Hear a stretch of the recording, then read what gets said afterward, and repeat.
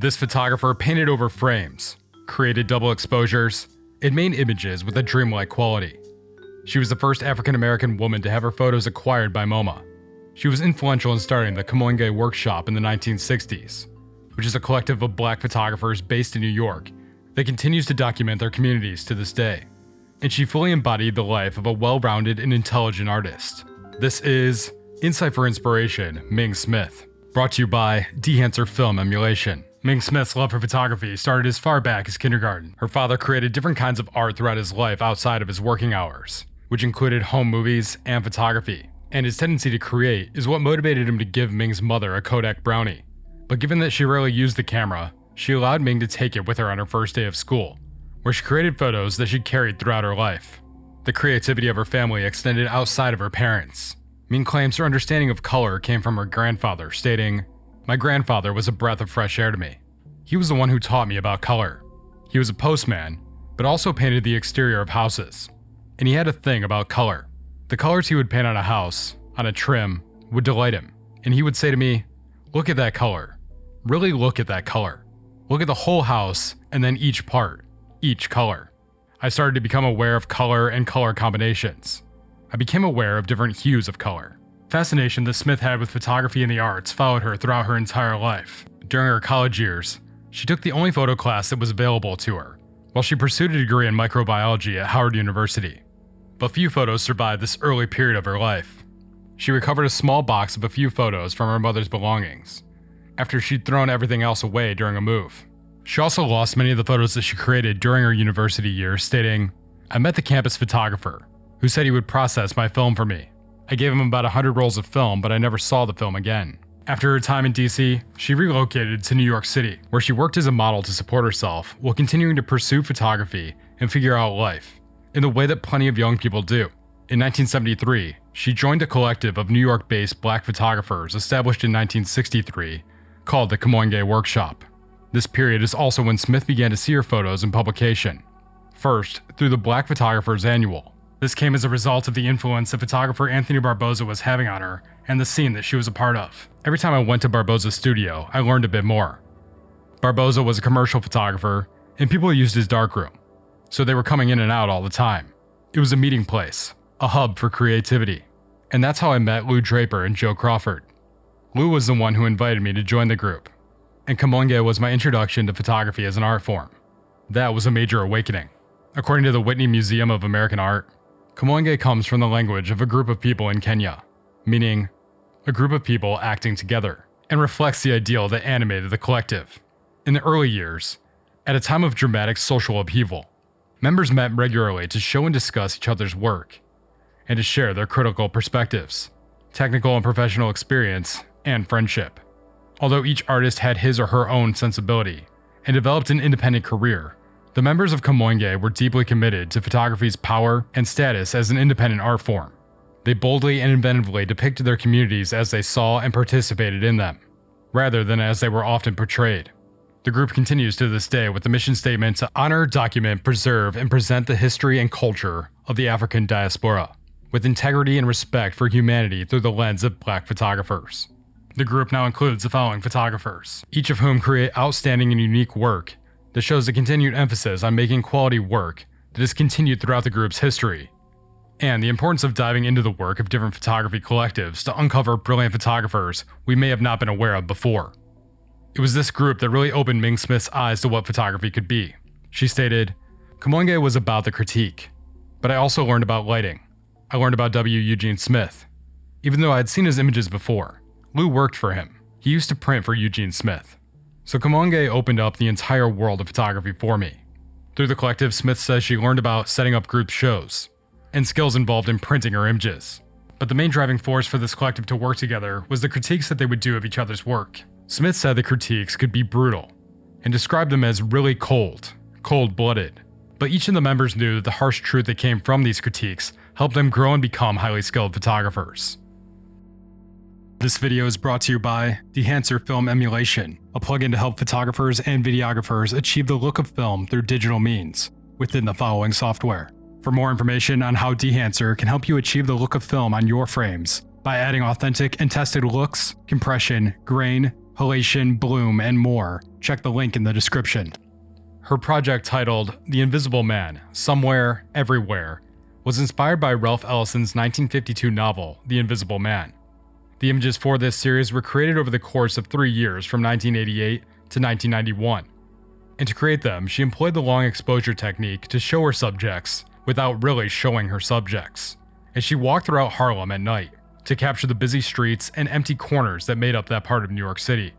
An image often cited as representative of this entire project goes hand in hand with a passage from the book reading, "Light confirms my reality, gives birth to my form. Without light, I'm not only invisible, but formless as well. And to be unaware of one's form is to live a death." Smith's photos are associated with having a dreamlike quality to them. Throughout her younger years, teachers would say she daydreams too much. But part of this daydreaming and her creativity stems from a need to escape the pain she saw around her, and the adults who were all part of her life. She felt that the strict and critical behavior of her father, mixed with his high expectations, came from a pain that she could see that he carried with him.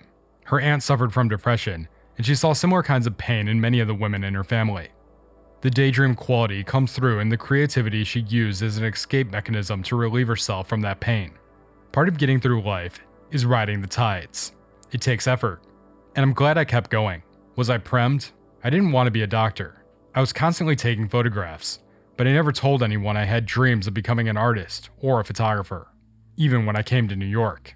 To capture this aesthetic, Ming said, "Dealing with the light is the main focus and attraction. I do a lot of night shooting, and even in the dark, I look for the light, the way the light comes in. In all my work, I improvise with light, with what's there. I feel my way through things, and I let the spirit guide me. When I'm shooting, I usually have a sense. This is the photograph that I'm going to print. This is the moment. I kind of always sense that, but I continue to shoot anyways, because a lot of times you're just shooting and grabbing moments. So you don't really have to do any editing in your mind. But sometimes you just know, this is the shot." It's these moments where you feel you captured something print-worthy that push Smith to engage with the medium, and the anticipation of making sure that you're able to capture what you see, in the way you see it, before the moment passes, is what keeps her coming back for more. In addition to being a photographer and model, Smith also had experience as a dancer.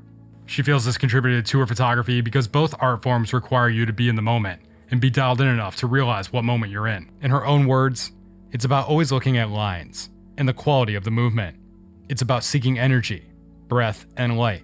The image is always moving, even if you're standing still. In addition to her more traditional photography, Smith has also photographed work that involved painting on frames and double exposures. In regard to the painting on frames, Smith explained, "The jumping off point for a painter is a blank canvas. For me, the print became the blank canvas, and I wanted to explore. I wanted to see what I could do with that. I first started tinting my photos in the 1970s, but I didn't know why. And then I remembered that my mother had had a job hand-tinting photographs. My father was furious, because I chose to go to Harvard University instead of Ohio State. He would not give me a nickel, even though I was on a full scholarship. So my mother, who did beautiful embroidery, learned to tint photos from a neighbor, and would slip money by mail to me to help me out while I was in college." Smith believes that paint enhances her photos by adding deeper meaning to their stories, using color to highlight themes, such as the violence inflicted on Black people during horrific historic events. While her images don't depict those events directly, she feels they carry the same emotional weight she experiences when reflecting on them.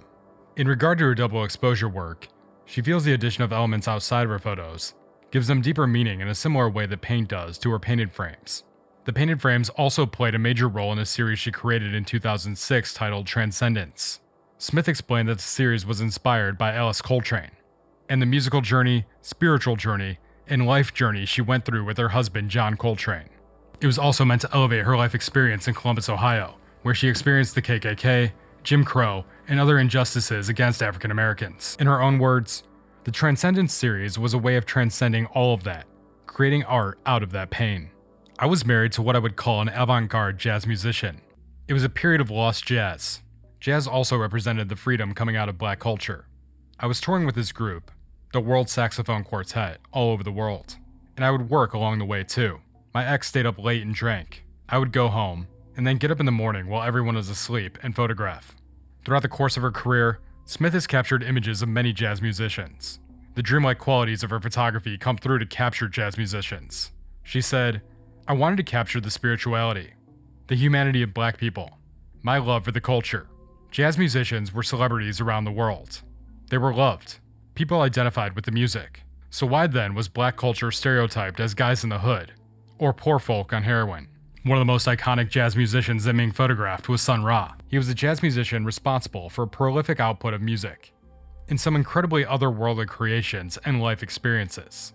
Sun Ra co-wrote, produced, and starred in the film that is often considered the origin text of what we now call Afrofuturism. In 1978, Smith photographed Sun Ra and captured him in a way that highlighted the energy and creative aspects that were already a major part of his life. The long exposure and motion blur that make up these images and many others that she made of a variety of jazz musicians also go hand in hand with the musicians themselves, the music, and the venues they performed in, underlying her connection to the art form, and how we can see that photos have the ability to visualize sound to some extent.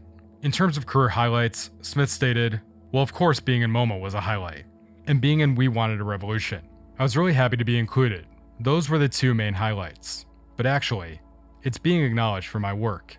In 1978, when Ming Smith originally took her photos to an open call at the Museum of Modern Art, her photos were accepted and an offer was made, but she felt that the offer was far too low for the images that she had provided. She says, "I thought I was going to be rich, but it didn't even really cover my supplies." However, she later came around to the idea, sold the pieces, and became the first African-American female photographer in MoMA's collection. But this didn't immediately result in any kind of great fame. Later, her work gained traction after it was featured in a 2001 MoMA exhibition titled Life of the City, an exhibition in answer to 2001. Reflecting on it, she said, "I thought in the past, one day, I'm going to be in one of those shows, right? It was a big, big moment for me." While this exhibition only featured a limited number of her photos, she did eventually go to have her own show at MoMA in 2023 titled Projects Ming Smith. The other exhibition Smith claims is a career highlight was titled We Wanted a Revolution, Black Radical Women, 1965 to 1985. According to the Brooklyn Museum, it examined the political, social, cultural, and aesthetic priorities of women of color during the emergence of second-wave feminism. It is the first exhibition to highlight the voices and experiences of women of color, distinct from the primarily white, middle-class mainstream feminist movement, in order to reorient conversations around race, feminism, political action, art production, and art history in this significant historical period. If you enjoy the work of Ming Smith, this video really only scratches the surface on all that she created. But there are several other topics I feel unequipped to talk about considering that I'm a white man, and I don't want to overstep my reach. If you want to know more about her career, life, and work, I think it's worth taking the journey and drawing your own conclusions. If you're one of the people that makes it all the way to the end, I would love it if you could comment, "Keep developing," just so I know who sticks around all the way to the end, and so I can start developing more of a rapport with you. Thanks for watching. Please like, share, comment, and subscribe. And until next time, keep developing.